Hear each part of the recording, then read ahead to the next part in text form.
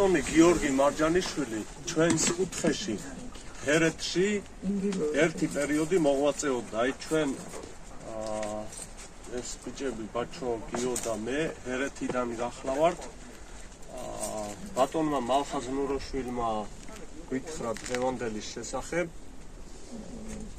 თქვენთან კავშირში ქალბატონმა და სწორედ მალხაზ ნუროშვილთან თანამშრომლობით ასე ვთქვათ გიორგი მარჯანიშვილი იმყოფებოდა ჰერეთში 90-იან წლებში, მაშინ როდესაც საქართველოს დამოუკიდებლობა მოიპოვა და ცდილობდნენ ის ხალხი, აი წეგან ბიჭებსაც უხსნიდი, რომ ბატონი გიორგი მარჯანიშვილი იყო ასეთ სერიოზული მოტივატორი ჰერეთის ქართველებისთვის, რათა მათ თავიანთი კულტურა, ქართული კულტურა, მეცნიერება, განათლება, აი ეს წამოეწიათ და დამოუკიდებლობის მოპოვება გაძლიერების პარალელურად აი ეს ეროვნული სულისკვეთებაც უფრო აღმატებულიყო. აი სწორედ მაშინ დაარსდა პირველი საზოგადოება, მოსეჯანაშვილის საზოგადოება, კავშირი დაარსდა, რომელიც კულტურულ საგანმანათლებლო საქმიანობას ეწეოდა ჩვენს კუთხეში, ჰერეთში, რომელმაც დიდი კვალი დაამჩნია დღევანდელ დღეს ჩვენი ხალხის ფსიქოლოგიაზე და შემართებაზე, რომელიც იცავს ქართულ სულისკვეთებას დღემდე. ასევე მნიშვნელოვანია ბატონი გიორგი მარჯანიშვილის როლი კახში პირველი ქართული ხალხური ანსამბლის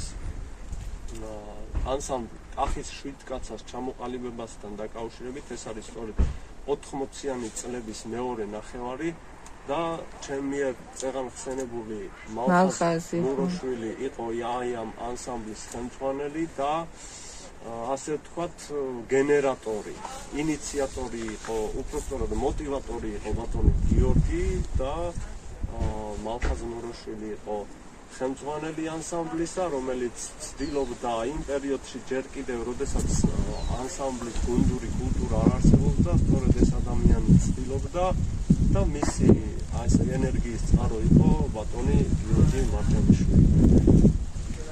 გაზეთი დროება. ჩვენ მოსეჯანაშვილის გაზეთი მოამბე იყო კახში, სადაც მოამბე, ხო?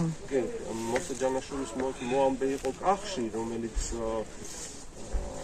ბატონ მალხაზ ნუროშვილის და აი ამ მოსეჯანაშვილის საზოგადოების მიერ გამოიცემოდა, მათ შორის იყო მამაჩემიც და თავად გიორგი მარჯანიშვილი იქ იმყოფებოდა გარკვეული პერიოდის განმავლობაში და მისი როლი ძალიან დიდია. ღმერთმა გაანათლოს და ნაცელში ამყოფოს. ამინ, ამინ. ამინ. წმინდა გიორგის ეკლესია აღადგინეს, პირველი წირვალოცვა. აი სწორედ, როდესაც მოსეჯანაშვილის საზოგადოება ეწეოდა ამ საქმიანობას, მათ შორის კახის წმინდა გიორგის ეკლესიის აღდგენის საქმიანობას, ყველაზე დიდი მოტივატორი და მხარდამჭერი იყო ბატონი გიორგი მარჯანიშვილი და რა გამოჩნდა, როდესაც ჩამოვიდა ჩვენს კუთხეში და აი ეს ეკლესიები, ჩვენი ეკლესიები როცა ნახა, მაშინ თქვა, რომ აი ამისი აღწერის გარეშე დატოვება არ შეიძლებაო და მაშინ დაიწყო, ესე იგი 4-ვე რაიონი ჩამოიარა. კი, სულაზომა ზაქათალა, კახის რაიონის შექის იქითაც ვართაშენშიც ყველა რა ძირითადი ეკლესიები აღწერა და გამოსცა თავის კრებულში ჰერეთი. ეს კრებული ცოტა მალე დაწერა, მაგრამ შემდეგ სწორად მახსოვს 2005 წელს უკვე გამოიცა გამომცემლობა არტანუჯში და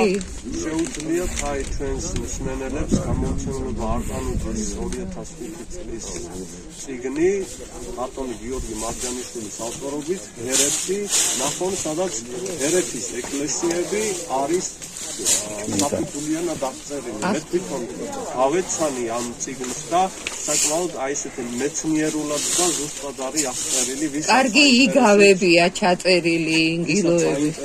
შეუძლია გაეცნოს და აი მართლაც მარტო ესეთი უბრალოდ მნახველის თვალით დანახული კი არა, მეცნიერულად არის კარგად აღწერილი იმ წიგნში რა, ჰერეთის ეკლესია. ასე რომ გიორგი მარჯანიშვილს დიდი წვლილი მიუძღვის ჩვენი კუთხის, ჩვენი ხალხის მხარდაჭერაში.